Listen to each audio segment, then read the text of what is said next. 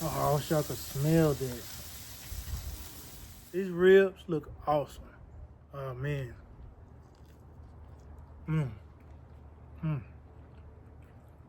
This is fantastic. Yo, what's up, everybody? It's your boy JB with All the Flavor Barbecue. Back at y'all again today with another video. In today's video, we're gonna be cooking up some beef back ribs. All right, y'all. As y'all know, these days the cost of beef is like skyrocket high at an all-time high. All right, so today I'm gonna attempt to maybe give y'all a more cost-effective cut of beef that you can cook in your backyard.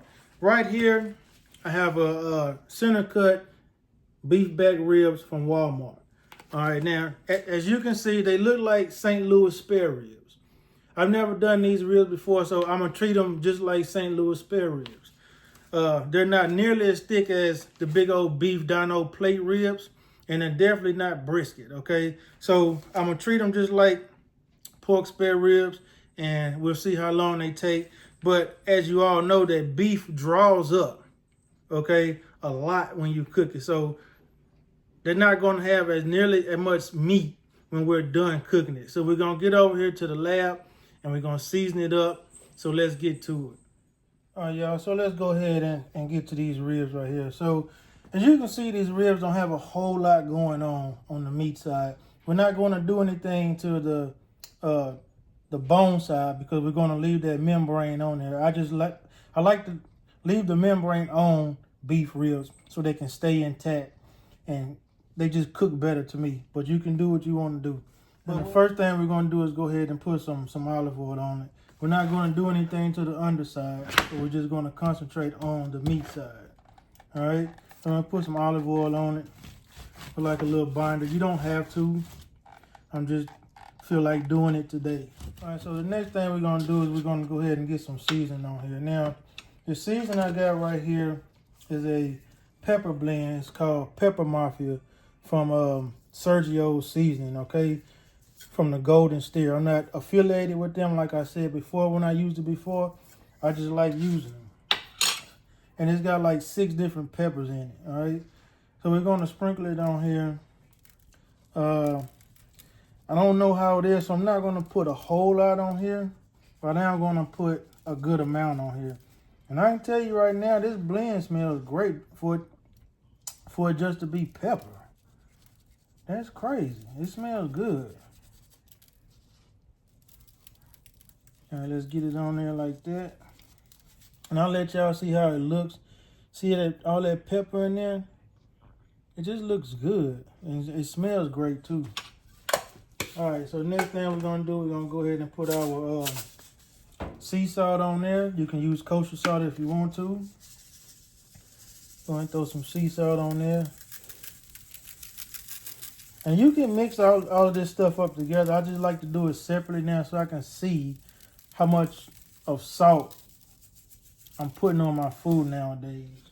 All right, let's pat that in. That. Next thing we're going to hit it with is one of my favorites, black garlic powder. I go ahead and get a good amount of that on there. All right. Oh, that smells good.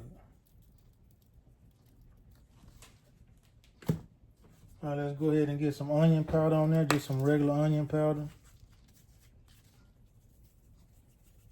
And like I say, with beef, you don't have to be real complicated. Some people put sugar products on their beef.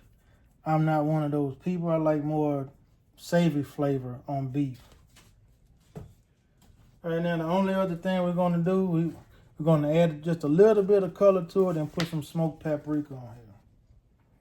We don't have to put a whole lot, just a little bit. Just for some color. All right, that's good to go right there. And then we'll pat that all in. And we'll go ahead outside and get our Oklahoma Joe smoker fired up. All right, y'all. So while we're sitting around waiting on that fire to come up to temperature and the Oklahoma Joe to get hot so we can put these ribs on there, I figured, what the hell? Let's make a mop sauce. So that's what we're gonna do. We're gonna make a damn mop sauce today. First thing we're gonna start out with is some beer and some apple cider vinegar. Maybe about a little quarter cup. Next thing we're gonna put in here is some Worcestershire sauce. So we're gonna put in a good amount of Worcestershire sauce, because when you think Texas mop sauce, all right, you generally think a heavy dose of bold flavors like Worcestershire sauce, all right? I'm gonna put in there some Texas Pete, all right? About that much. I asked my wife to get some lemon juice the other day. She didn't. I might have to fire, y'all. But I got some lime juice here. Works just as good, all right? About a couple of tablespoons in there or so. Now, next thing we're going to put in there, we're going to put some mustard in there. Just some regular yellow mustard. I'm going to also put some ketchup in there. Same thing. Quarter cup. Now, the next thing we're going to put in there, y'all, just so it can stay on the meat when you put it on there, I'm going to put a little bit of oil in there. About a couple of tablespoons. And that's all you need. All right, let's get all that stirred up. Just a minute. Now, what I am going to do, I'm going to put some more of this pepper mafia in this rub right here. Let me turn around this pepper mafia. I like how it smells. So I'm going to see how it does in this mop sauce.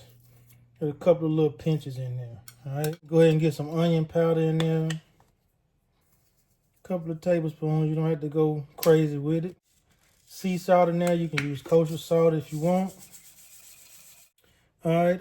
Let's go with some garlic powder. You can go regular garlic powder, but as you all know, I like black garlic powder. All right. All right, I want to go ahead and put some coriander in there. That's what I want to get. I want just a little bit of coriander for that floral kind of, those floral notes kind of. And I want to put some chili powder in there. Just a little bit, not a whole lot. But to kind of balance everything out, I'm going to put some brown sugar in here. Not a whole lot, all right? About, let's see, that's a handful, a couple of tablespoons. About 3 or 4 tablespoons, I'll tell you, all right? All right, y'all, let's go ahead and get these beef ribs on there. We got the Oklahoma Joe hummed up to about 275. That's what we're going to cook at. As you can see, his ribs have a nice color to them from sitting. So we just put them on there just like that. Scrunch them up.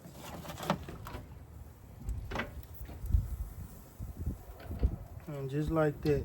And I anticipate these ribs to cook maybe about, I'm going to give it 4 hours. I'm going to say 4 hours. So we're going to come back and check them in about an hour and a half, 2 hours to see if we need to mop them, all right? All right, y'all, it's already been 1 hour. And you can see why I love this Oklahoma Joe. It's been humming along right at 275, okay? So let's go ahead and open it up and see how these beef ribs look. Okay, not bad, not bad. See that post oak working on them? Not bad, not bad. Still got some moisture. I'm not gonna do anything to them. We got some pullback from the bones right here on this one because it's a little smaller. Got a little bit of pullback over here. But they look pretty good to me. All right, so we're not gonna do anything to them right now because as you can see, the bark, for me, anyway, is not set enough. Most people will go ahead and start mopping this, but not me. I like for my bark to be set. So I'm going to wait about another 30, 45 minutes until this bark sets, and then we'll come out and start mopping these beef ribs. All right, y'all, so it's been about 2 hours now. These beef ribs have been on here. Let's open them up, see how they look. Oh, yeah. Now they're starting to look like something. Now we can go ahead and start hooking them up. So we got some good pullback on the bone. They seem tender, getting there, not quite there. All right, so let's go ahead and start basting these ribs, man. They look great. Smell great too. Smell great. Got all that fat dripping down onto these coals, coming back up, hitting these beef ribs. Man, these beef ribs are going to be awesome. Wow. I like it. I'm kind of undecided on whether I want to wrap right now. I don't think I'm going to. I think I might wait about another 30 minutes to wrap them. But after 2 hours, these ribs look great, man. They look awesome. Got good pullback on the bones. Great color, everything. All right, that's great right there. So I'm gonna go ahead and close it back up. Maybe about 30 minutes or so, we'll come back out here and see if we really need to wrap them. Take some temperatures and then we'll make a decision after that. All right, y'all, it's been about 30 more minutes. So that's about 2.5 hours right there. So let's see what's going on, get some temps, see if we need to wrap them. Oh, that looks great. That looks awesome. That looks great. I'm gonna go ahead and baste them. Oh, I wish y'all could smell that. Getting those coals down there coming back up, that is awesome. So what I want to do now is go ahead and get some temps on these things. See if we need to wrap them up. Go right in between the bone. Oh, they feel like butter already. They might be done. Oh, there's 2:00. Oh yeah, these things are done, y'all. 2:04, 2:05. Yes, sir. These ribs are done. Yes, sir. Yes, sir. Yes, sir. Right across the board. So we're looking at on these beef back ribs about a total of 2 hours and some change. Okay, so you can gauge it. 2 hours and some change. 2 hours and 30 minutes. 2 hours and 15 minutes. Somewhere along in there. But that's on the Oklahoma Joe. So we don't need to wrap them. What I am going to do is put them in some foil, loosely wrapped, let them come down to temperature, and then we're going to cut into them, and we're going to try them out. All right, y'all, so these things have been sitting in this foil for about 30 minutes. I broke them open, let them sit out, and now it's just time to taste them. But I want y'all to see how these ribs look, man. These ribs look awesome. And I mean, they look fantastic. So, and they smell great. I got something else on the pit, but that's another video. So we're gonna cut right here in the middle. And just like I expected, that membrane is really crispy, all right? So you don't really have to worry about that right there. Don't have to worry about that. But let's check it out, see how it looks. You got a nice smoke ring right there. It's plenty juicy, but we're gonna go ahead and try it out.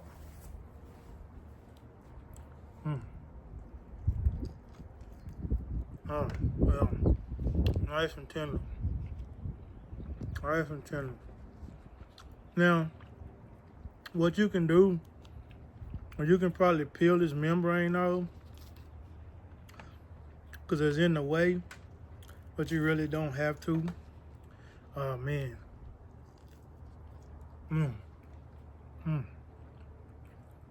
This is fantastic.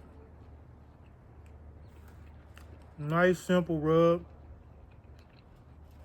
That mop sauce gives it just a little extra. Man, these beef ribs are good. Well. All right, y'all, so there you have it. Maybe that's a more cost-effective alternative to big old Dino beef ribs and brisket. This right here is awesome. Cooks in a fraction of the time, about 2.5 hours. Tastes just as good as the big old Dino beef ribs. Same thing, same flavor, fraction of the time, fraction of the cost. So I hope y'all enjoyed that video as much as I did making it. As we always say, it's your boy JB with All the Flavor Barbecue saying y'all be easy, peace, be safe.